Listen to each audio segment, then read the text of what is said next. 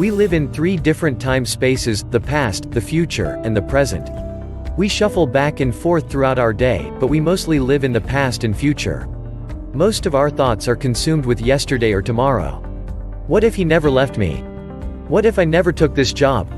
Where am I going to be in 5 years? Will I still be doing what I do now? If not, how am I going to pay my bills? What if he never calls? What if I never find the one? And on it goes. Living in yesterday or tomorrow pulls us out of the present and keeps us as in a subtle fight or flight panic state. Basically, we are in constant worry. It creates a thin, or for some a thick blanket of anxiety. This anxiety keeps us at a lower frequency and prevents us from truly thriving. Okay, let's break it down like this. There are actually 2 kinds of time: healthy time and unhealthy time. Healthy time is living in the here and now. An unhealthy time is living anywhere else. When you are living in an unhealthy time, the past or future, you are not living in your truth. Because your truth only lives in the present. So you are living in what was, which can be distorted or would be unknown, which is not real and hasn't happened yet. Healthy means to be here, the only honest space. Most of us spend our days dwelling on the past or obsessing about the future. We get up in the morning thinking about all the things we need to get done in the day. On the drive to work, we analyze our past relationships, our accomplishments, our failures, those expensive shoes were waiting to go on sale, the potential raise, our credit card bill, the date last night, the party this weekend.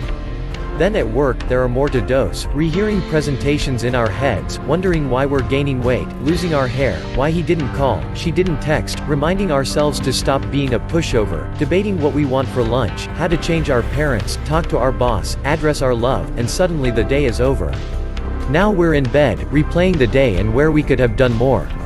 We have trouble going to sleep, which means we wake up grouchy as we start our mental machine all over again.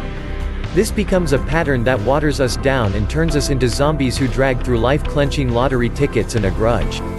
If we want to change the future, we must focus on the now. That's where our power is. Everything else is an illusion.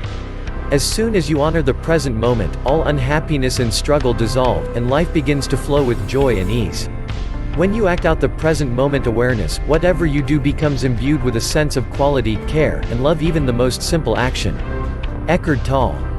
Yesterday. First, let's talk about the past. This includes everything that has happened up until this very moment, 5 minutes ago or 5 years ago, it doesn't matter. Whatever is stored in your memory, it's okay to remember. Not living in the past doesn't mean that we forget about the past. A lot has happened that may have left imprints in your heart and brain. No one enters adulthood unscarred or without trauma. Shit has happened that you had no control over, unexpected events transpired that were unfair to you, and these events made you angry, afraid, regretful, and wired you a certain way. This wiring created unhealthy thought and behavior patterns that affect you today. They are the foundation on which you built your pseudo-self false approval-seeking version of you. Tomorrow. The future, unknown, is scary. I've struggled with this my entire life. I don't know about you, but I want an amazing life, one with meaning and purpose and financial security. And not knowing if that's ever going to happen is terrifying. Or if you have that now, if your life, maybe you're worried it's going to go away someday. And then what will you do? Yes, I can tell you that I do feel purpose and meaning these days, but I can also tell you I want to live by coastal, have a Korean barbecue in my backyard, and a collection of motorcycles. If I didn't, I'd be lying. I could also tell you you have the power to create your own destiny and that you can make anything happen, but that would just be me being my pseudo-self, because that's what I believe a good life coach therapist is supposed to say and what you want to hear. The truth is, tragedies happen, people die of cancer, addiction, get hit by cars, shot at. Well, you know. You live on Earth. There are legitimate things to worry about. We have to learn to stay positive and empowered and at peace with ourselves, and that's not easy. But we can live a certain way that facilitates good stuff to happen, where we attract good things, healthy people. Yes, there will be tragic events and shitty days, but we don't have to be crushed by them. Instead, we can see them differently. They can become opportunities for learning and growth that make us wiser and stronger. So it's not about making things happen. It's about being in a state where we get out of our own way and allow our gifts to shine. That's when we get unstuck. That's when good things happen and we can start to build happy, The beginning of this process starts with living in a healthy time. The power for creating a better future is contained in the present moment. You create a good future by creating a good present. Eckhart Tolle. Today. One way to stay in healthy time and swipe your past dwelling future tripping state clean is to practice gratitude. Before you roll your eyes, let me tell you my story with gratitude. I always thought that gratitude was a wellness buzzword until I started to practice it. That's what separates the eye rollers, and used to be one of them, from the believers.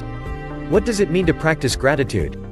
Practicing gratitude doesn't mean that you're grateful only when good things happen. That's easy and non-effective.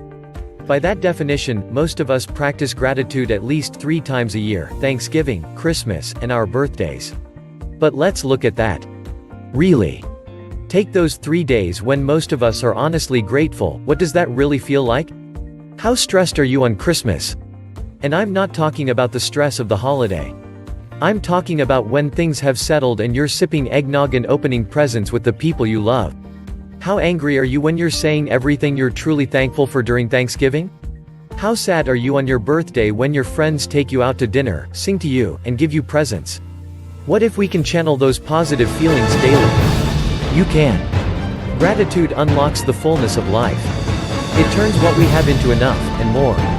It turns denial into acceptance, chaos to order, confusion to clarity. It can turn a meal into a feast, a house into a home, a stranger into a friend. If you truly allow yourself to feel grateful for what you have, how far you've come, and what could be possible, you will start to let go of what was and become less afraid of what will be. It instantly snaps you into the present. And as long as you are there, you are not worried or in a state of panic. Instead, you are living in color. Staying here is a daily practice. Our default is to jump into our time machines. So we have to make a conscious effort to notice when we are not here and come back. Over and over again, until it becomes less difficult. Until it becomes the norm. Until we only live in one time, healthy time.